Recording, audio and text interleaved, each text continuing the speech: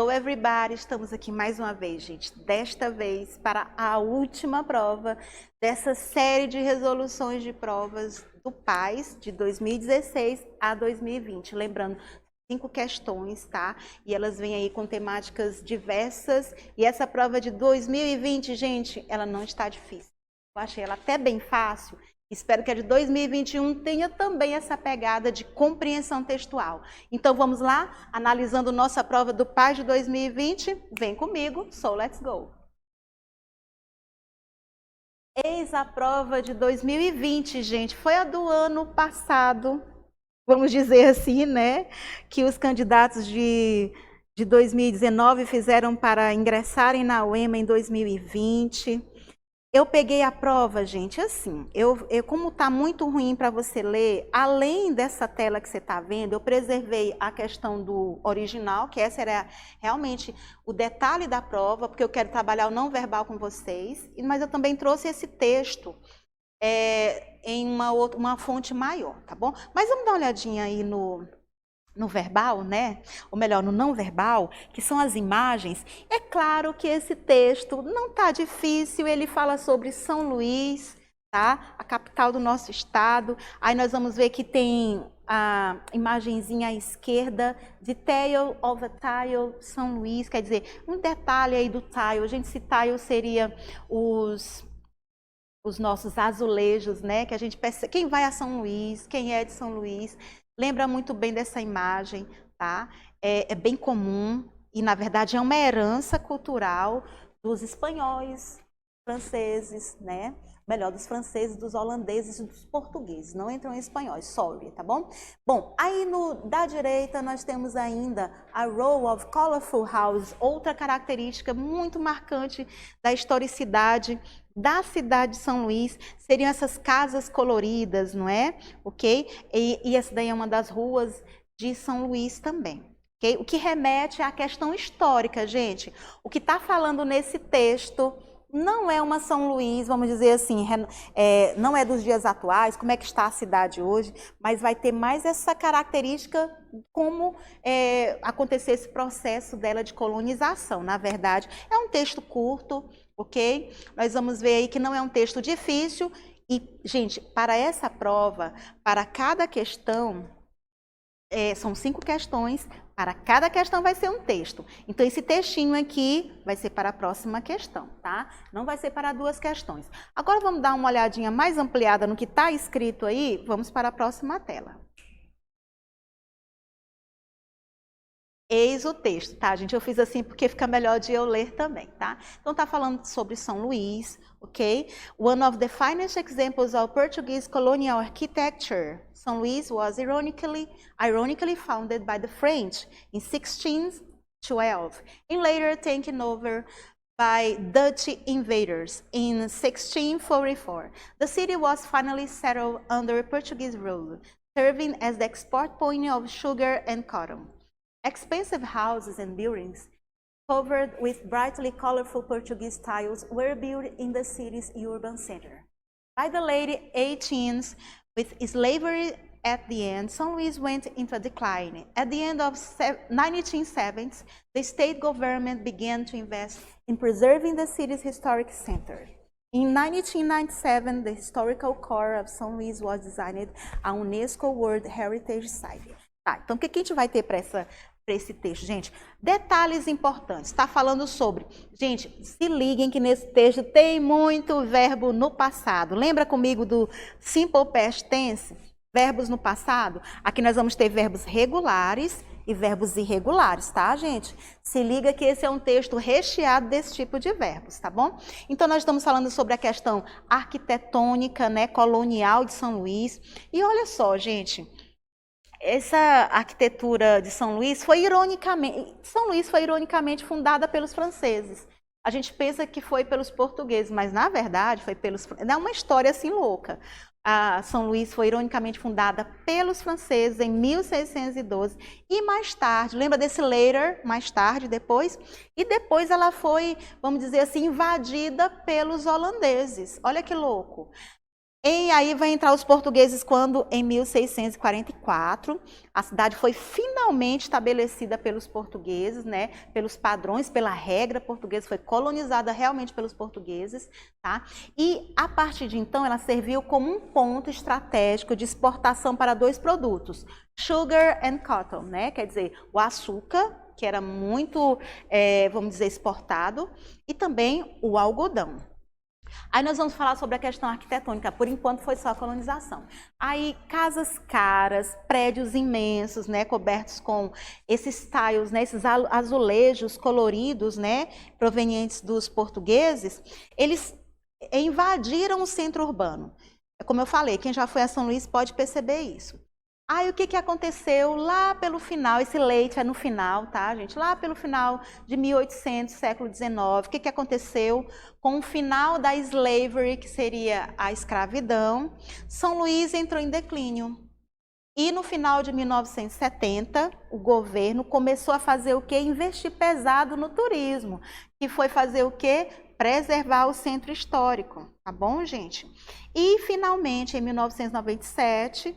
esse centro histórico de São Luís, ele foi reconhecido pela Unesco, foi tombado pela Unesco como Patrimônio da Humanidade. Ok? Então é uma historinha básica de São Luís que eu achei interessante, essa questão da fundação dela é realmente irônica. Agora vamos ver sobre as questões, ok? Gente, essa questão é assim, em relação às informações do texto sobre a capital maranhense São Luís, é correto afirmar que, gente, isso é compreensão. E tem história pelo meio. Quem gosta de história vai acertar essa questão, tá? Olha só a letra E como correta. Foi incorporada aos domínios da coroa portuguesa definitivamente, gente, em 1644. Vocês percebem que teve a questão irônica, que primeiro foram os franceses, tá? Aí que colonizaram. Depois foi invadida pelos holandeses e, por fim, os portugueses se apropriaram dessa colônia, tá? Então, a correta é que isso aconteceu em 1644. Na letra A fala que ela entrou em declínio por causa do fim das exportações. Não, gente, não foi o fim das exportações que ocasionou o declínio, mas sim o fim da escravidão, tá bom? Letra B, teve sua arquitetura reconhecida como patrimônio desde o século XIX? Não, gente, isso já foi em 1900 alguma coisa, tá? 97, se eu não me engano. Ok? Letra C, foi fundada pelos franceses em 1612, mas a posse só foi reconhecida pela coroa portuguesa em Olha, vejam que essa letra C, gente, ela é bem parecida com a letra E, tá? Essa posse reconhecida pela coroa portuguesa nos faz pensar que essa posse foi dos franceses e não dos portugueses. Por isso ela vai se constituir assim como não correta, tá bom? Letra D, recebeu no começo dos anos 70 investimentos da Unesco para a preservação? Não, foi lá por 1997. Então, a realmente correta é que ela foi incorporada aos domínios da coroa portuguesa definitivamente, tá? Em 1644. Essa informação, inclusive, está no texto, ela se configura como questão de compreensão textual, ok? Vamos para o próximo texto, para a questão 17. Gente, olha só isso aí. Está falando de Caburé. E Caburé é um povoadozinho, não sei se alguém já foi por lá. Tá falando, gente, essa prova fala muito de São Luís, tá? Fala muito sobre o Maranhão, então nós vamos aí. Tá falando ali, tá vendo a setinha? Isso aqui é da prova original, aí daí eu digitei ali embaixo, a informação estava muito pequena, tá? Então a gente vai acompanhar aí Caburé, aí tem Lençóis Maranhenses, que é o Parque Nacional dos Lençóis Maranhenses, tá? Aí nós temos ali outros nominhos pequenos que agora eu não consigo ler, Humberto de Campos, né? Okay? E outros, Terrosa parece lá em cima, mas enfim. O objetivo é você se ligar naquela setinha lá sobre Caburé, tá bom? Sitting on a sandpit a short distance from the Atlantic Ocean, this tiny settlement is a good starting point for reaching the northwest part of the Lençóis Maranhenses by ferry. Olha isso aí. Quer dizer, esse povoadozinho, Caburé, onde é que fica? Está dizendo que fica, né? Tem uma pequena distância do Oceano Atlântico. Fica uma pequena distância do Oceano Atlântico, né? E é um bom início de estar nesse minúsculo povoado, é bem pequenininho mesmo, é um ponto inicial para fazer o quê? Para você ir até os Lençóis Maranhenses, tá?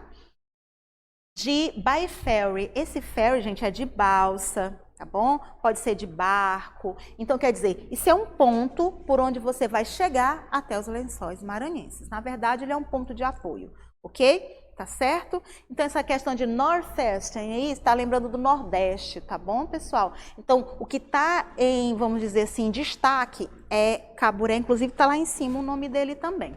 Vamos ver a questão, o que está pedindo dela? Sobre esse texto?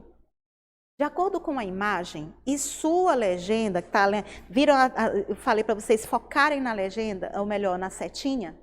Então, o visitante pode ter acesso via ferry, quer dizer, via barco, via balsa, à parte. Olha só, dos Lençóis Maranhenses seguindo pelo norte de Caburé. Não, gente, seria a letra C mesmo, tá? Do Nordeste dos Lençóis Maranhenses a partir do Caburé, tá? Ok? Aí fala de São Luís na letra D, saindo pelo norte. Nossa, gente, essa parte aí, Northeast, é Nordeste. O norte é apenas North, tá? Eita, entra geografia por aí também, tá?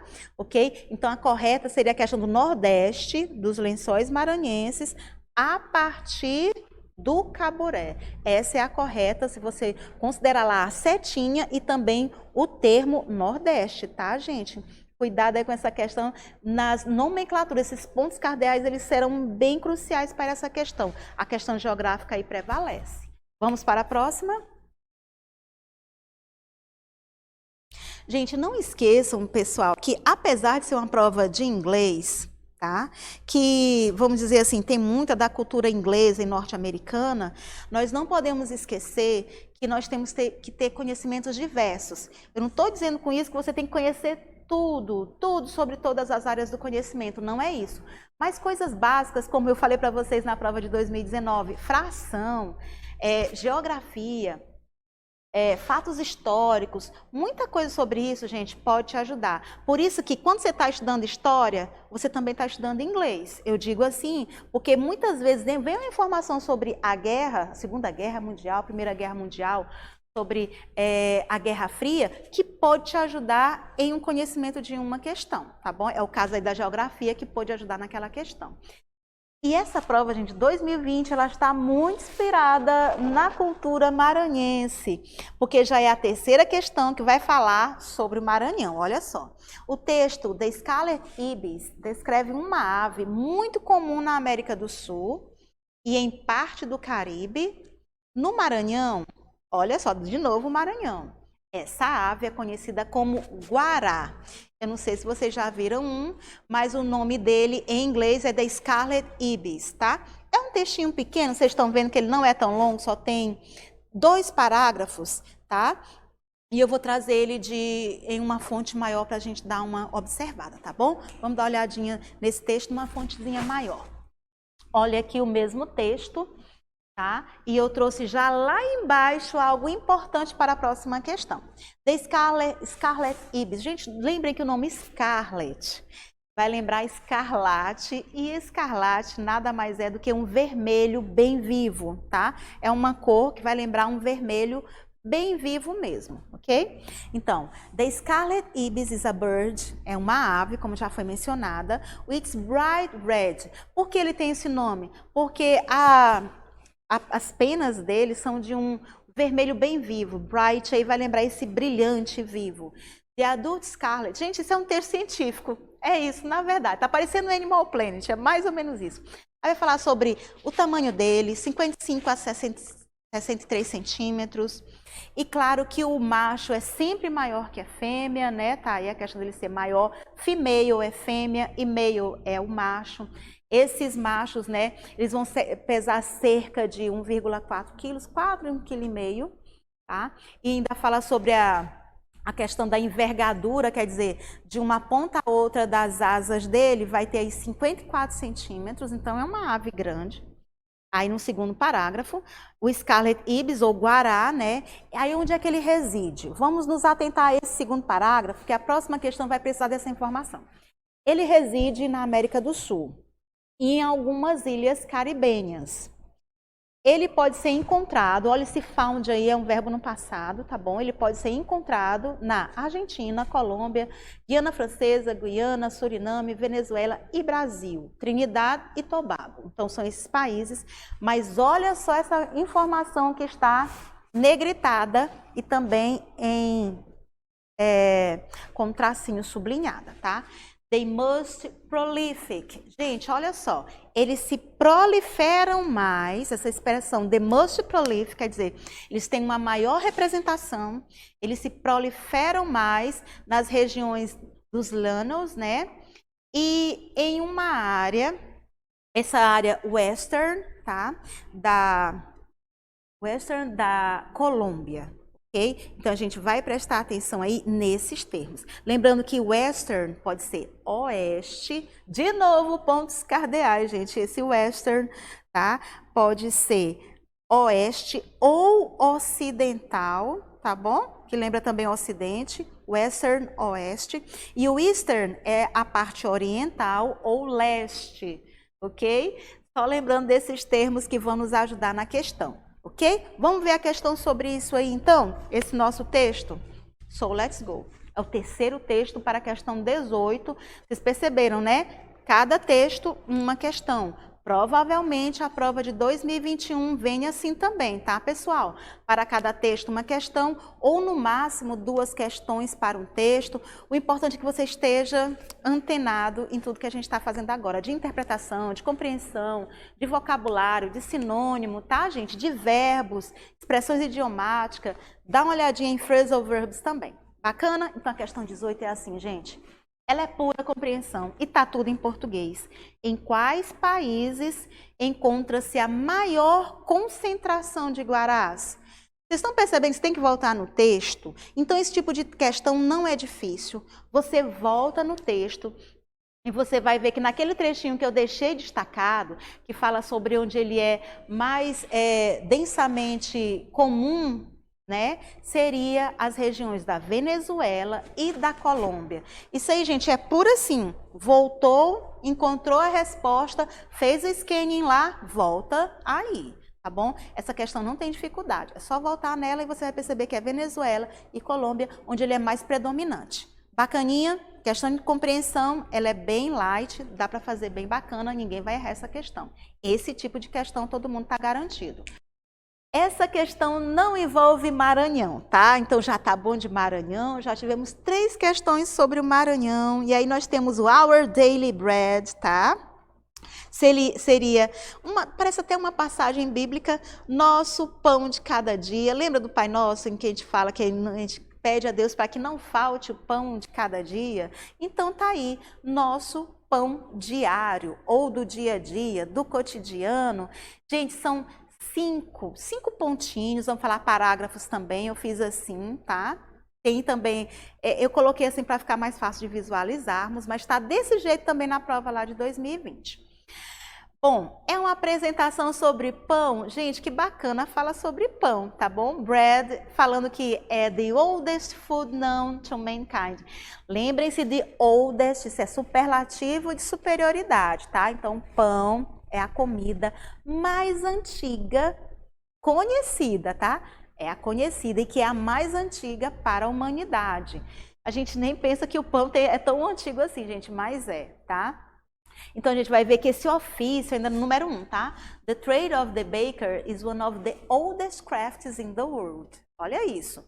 Esse ofício de padeiro, bake é assar, olha só, o baker é o padeiro. Esse ofício de padeiro é um dos mais antigos do mundo. Esse craft, a gente vai lembrar assim, esses trabalhos manuais. Então, é um ofício realmente muito antigo. Aí o número 2 vai falar que loaves and rolls, quer dizer, pães e pãezinhos, foram encontrados onde, gente? Olha o registro.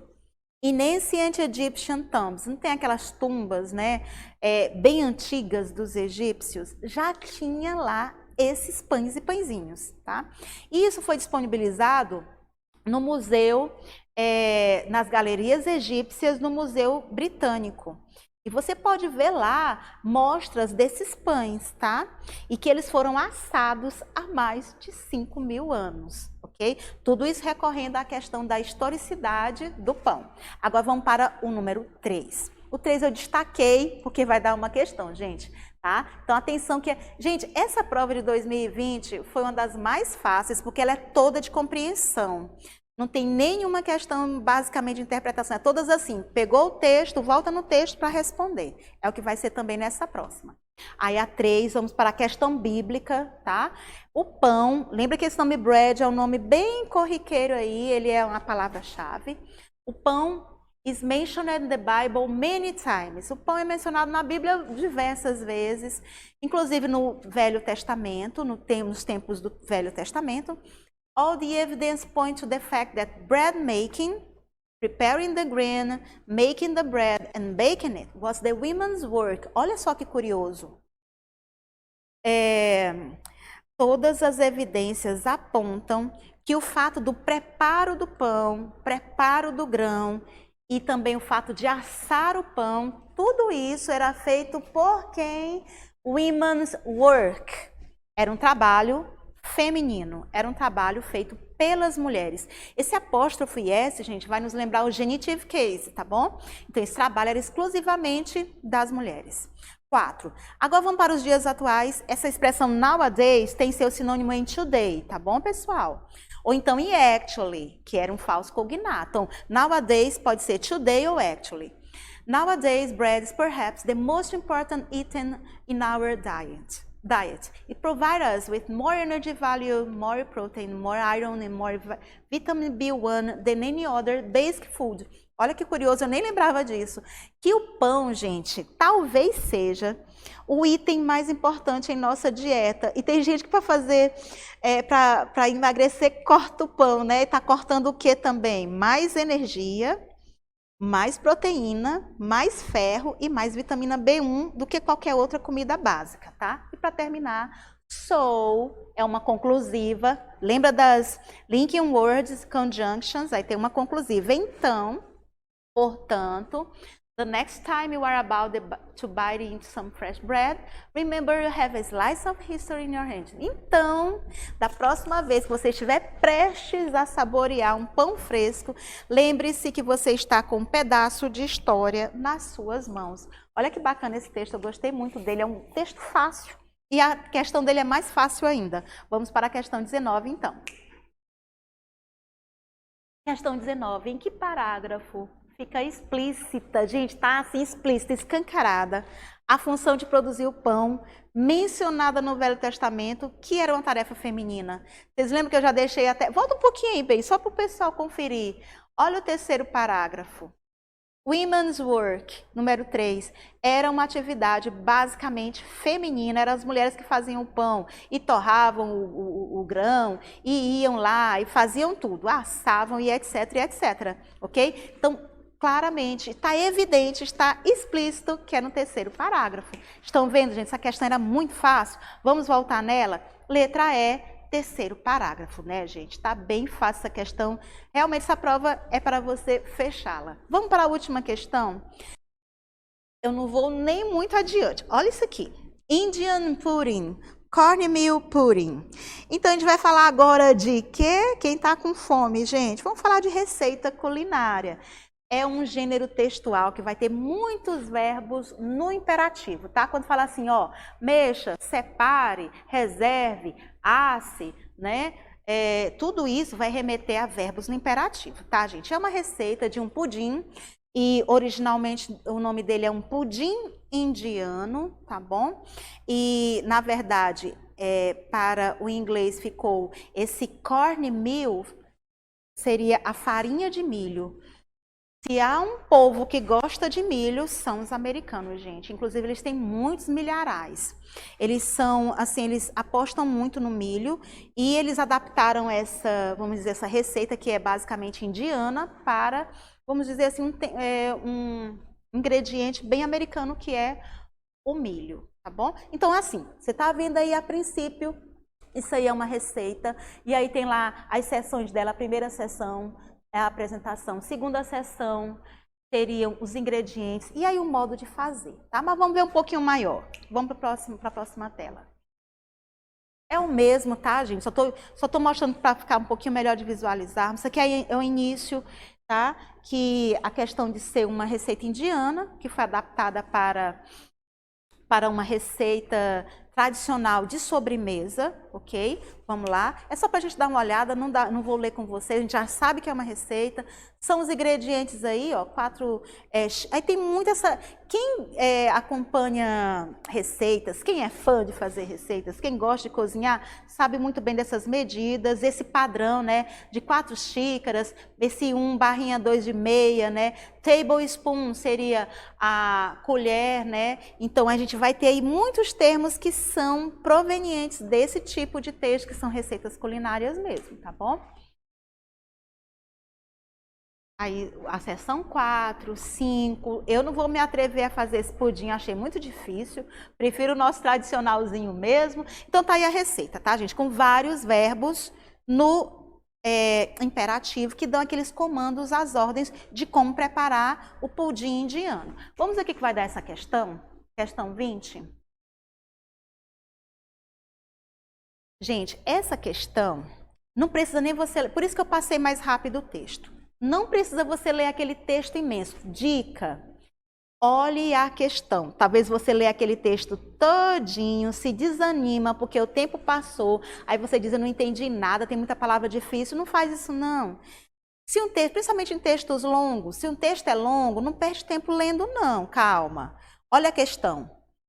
Talvez você nem precise ler tudo aquilo, só dar uma olhada rápida, fazer só um skimming. Olha só, o trecho que caracteriza a textura do pudim é o seguinte: para que você vai passar o tempo todo lendo aquele texto? Se você já sabe que é uma receita, já sabe que é um pudim, não precisa você ler o texto todo. Vai para o que está falando aí na letra A, ó. O trecho que caracteriza a textura do pudim é a seguinte.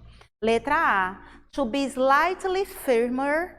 Let it stand for 30 minutes before serving. Tá aí, gente. Para deixar ele bem firme. Olha o nome firme aí. É uma textura. Você vai deixar ele descansar por 30 minutos. Na letra B tá falando cook, cozinhe, né? Bote água para ferver por 20 minutos. Cook não é. Letra C, pour the mixture, né? Você vai colocar a mistura. Não, nada disso. Tá falando sobre textura, é realmente a questão da firmeza. Letra D, pré-aqueça, também não. Letra E, coloque a farinha de milho, né, que vai ser cozida em banho-maria, nada disso. Então, dica importante, textos longos, não fique perdendo muito tempo com ele, vai para a questão. Dá para fazer a questão sem ter que reler tudo aquilo? Vai direto para o ponto. Faz um skimming rapidinho no texto, aí para procurar, para localizar, faz um scanning que vai dar muito certo, que foi esse tipo de questão número 20, tá certo? Bom, pessoal, espero ter colaborado nessas, vamos dizer assim, considerações sobre essas correções das provas de PAS 2016, 17, 18, 19, 20. Sigam esse padrão, gente, é basicamente isso. Não tem receita pronta de como você vai se dar bem, assim uma receita pronta não tem. É muito estudo, dedicação. Segue algumas dicas que eu forneci para vocês. Muitas delas são úteis, a maioria delas. Se você não achou que vai te servir tanto, procura uma forma bacana de você estudar. Procura o teu ritmo, tá bom? Eu quis só dar uma mãozinha para você, mas você é que é o protagonista na prova.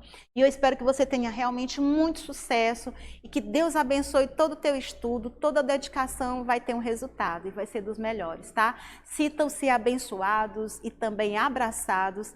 Fiquem com Deus e boa sorte em 2021. Bye, bye.